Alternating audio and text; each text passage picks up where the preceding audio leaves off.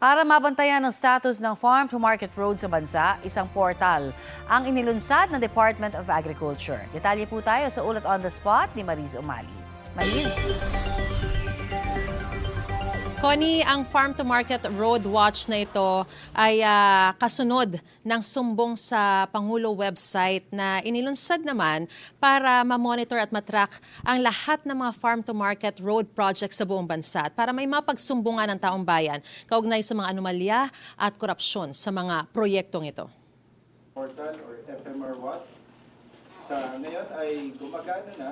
Ayon kay Agriculture Secretary Francisco Tiu Laurel Jr., layo nitong ipakita kung saan napupunta ang pondo ng bayan at tiyakin na ang mga FMR project ay totoong naipatutupad at hindi lamang nasa papel. Binigyan diin niya na walang smoke and mirrors sa sistema, kundi purong mapa, data at pananagutan. Sa kasalukuyan, mayroong humigit kumulang 33 billion pesos ang pondo ng DA para sa FMR sa taong 2026 na target makapagpatayo ng mahigit 2,300 na kilometro ng mga kalsada at mga daan patungo sa mas mababang gasto sa produksyon, mas mataas na kita ng mga magsasaka at mangingisda, mas abot kayang pagkain at pangmatagalang kaunlaran sa kanayunan.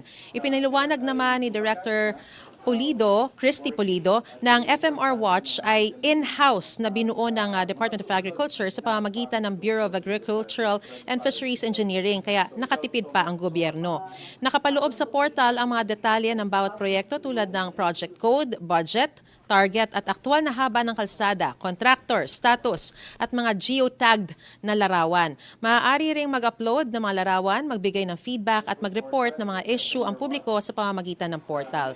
Tiniyak naman ng Department of Agriculture na mga reklamo lalo na ang mga high at critical urgency ay lalagyan ng target response time na 24 to 48 hours. Para naman maiwasang mangyari uli yung mga nakaraang issue ng overprice at ghost FMRs, aniya mag-hire daw ang DA ng reputable third-party auditors para i-certify na ang mga proyekto ay tapos, tama ang haba, lapad at kalidad bago bayaran.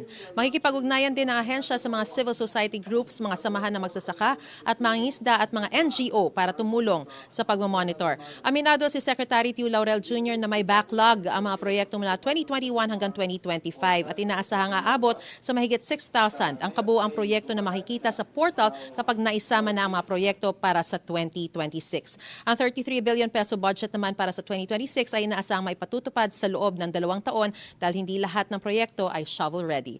Samantala ko, inihahanda na rin ng Department of Agriculture ang implementing guidelines na inaasahang mailalabas sa kalagitnaan ng Pebrero at i-upload daw nila ito sa kanilang FMR Watch portal para sa kaalaman ng publiko. At yan ang pinakasariwang balita mula pa rin dito sa Department of Agriculture. Balik sa iyo, Connie. Maraming salamat, Mariz Umali.